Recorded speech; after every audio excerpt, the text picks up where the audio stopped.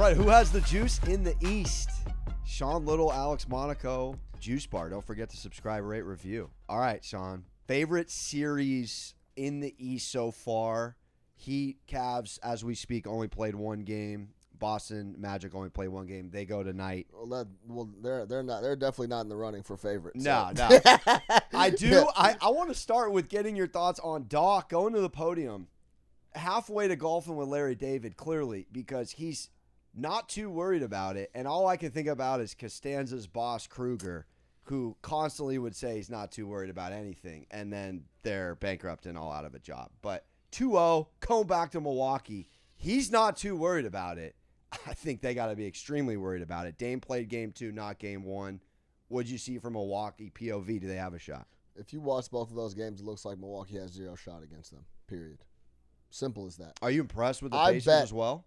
On open, I made two series bets. I bet the Clippers plus 160 on open, and I bet over 5.5 games in Pacers Bucks minus 140. Going into the game yesterday, it was to go over 5.5. It was minus 200. And I really thought about hedging out just off of game 1. Defensively, with Taurean Prince, Kyle Kuzma, Dame Lillard, Giannis on the floor, they have zero answers. If Lopez is not on the floor, they have no rim protection. They have no defensive presence. He didn't play at all in the fourth. If you watch the Pacers, they were getting and are getting whatever they want a vast majority of the time on offense. Outside of a couple laps defensively, they're doing whatever they want. You don't expect that to change going to Milwaukee? Or how should I say that? Outside of a couple spurts offensively where they're in disarray, the Pacers, they're doing whatever they want. Yeah. Both games have been identical. Game 1, the Pacers start, they're blowing their doors off the whole game. Double-digit lead the whole game. Fourth quarter, when they're up 15, they let go of the rope. Next thing you know, it's a one-possession game. They didn't let it go as much as they did in Game 2 as in Game 1, but in Game 1 as in Game 2. But in Game 2, it became a one-possession game. It was a 3-point game. Yeah. And I'm clearly watching closely because I'm on Milwaukee. I need Milwaukee. If Milwaukee wins, it for sure goes over 5.5 in this game. Milwaukee has a ridiculous defensive breakdown. Siakam gets a wide open 3. They never sniff a one-possession game again. And if you look at the runs that Milwaukee is making, it's not so much stops. It's the Pacers are missing good looks. It's not like, oh, man, they can't do anything with these guys. It's like they're running their offense and getting good looks, and they're missing. So that series is interesting to me for a lot of other things with, like, the Giannis narrative and what happens WWE next. Behind the scenes, because coming up in the summer, Bobby Portis is a free agent.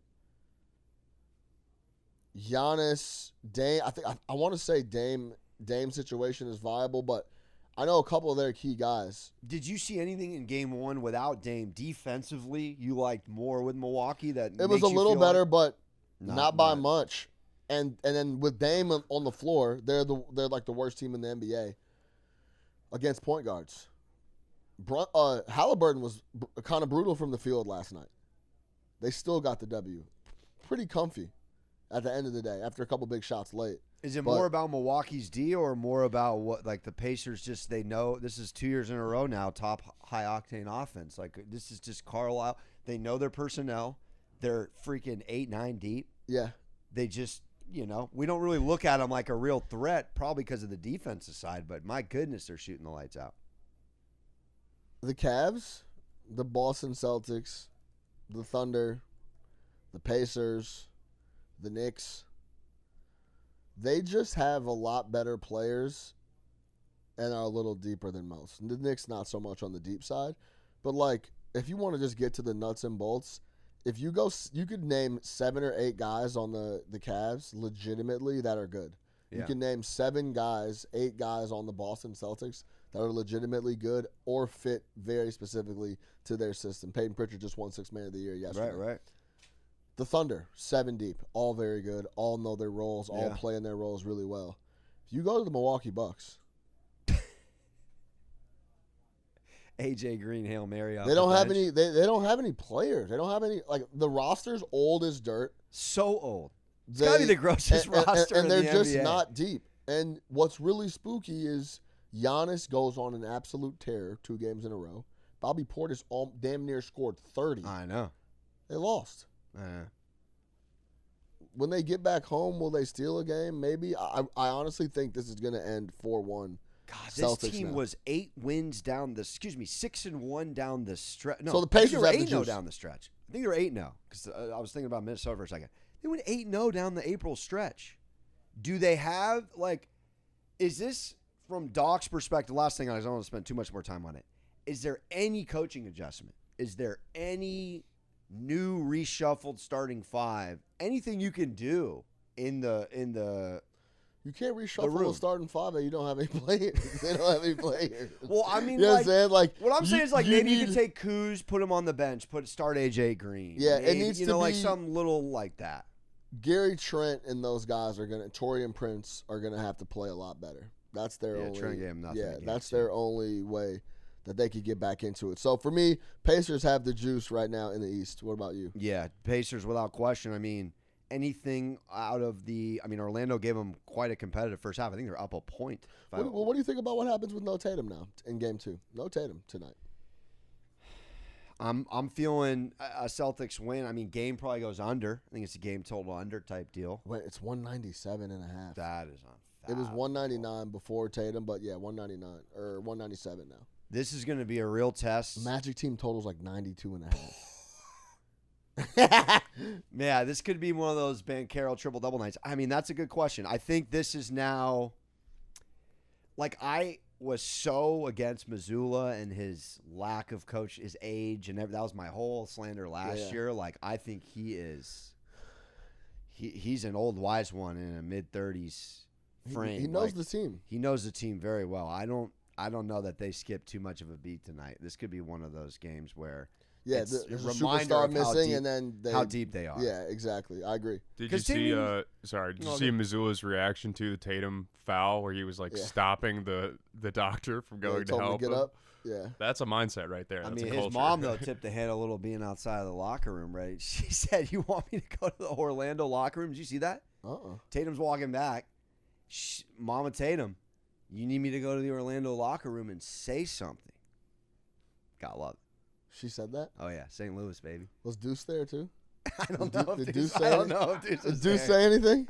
Did Deuce have any comments for it was like Orlando Magic locker room? It was a very AAU moment. It was like his mid-tournament. You want me to go over there between games and go say something? And he shrugged it off. He's like, "No, Mom." He's like 16 years old, and that's thank God he shrugged that off. Yeah. Anything on Cleveland? I know you're high on Cleveland, rightfully so. Yeah, anything man. on them you loved? Miami's just going to have to take a lot more three-pointers than they have just to keep up. I think the mentality has to be we could lose this. You don't want to lose the game. How would this make sense? You don't want to lose the game being so stuck in your ways and playing your offense in the Miami Heat that you lose by like 8 or 9 points because you can't keep up.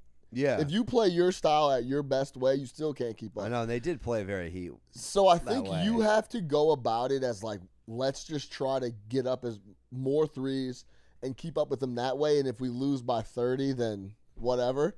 But that's your only opportunity to win. Yeah. So I think they have to get up more three-pointers. Hero has to get up more volume. Alec Burks has to get up more volume. Davion Mitchell has to get up more volume. I wonder if Jaime Jaquez gets some run. He's completely out of the rotation. They just need more offense. Weird thing to say, but just because you mentioned the offseason, if you put Giannis and you kept Hero and Bam, is that Miami team? Obviously, you lose several pieces with the trade, but like Giannis on that Heat team, something to be excited about maybe? If he wants to go there, yeah, potentially for sure, yeah. I was just watching them. I'm like, man, interesting fit. There's guys on that team. Again, they I mean, come on, they know how to draft. I also think they know how to develop.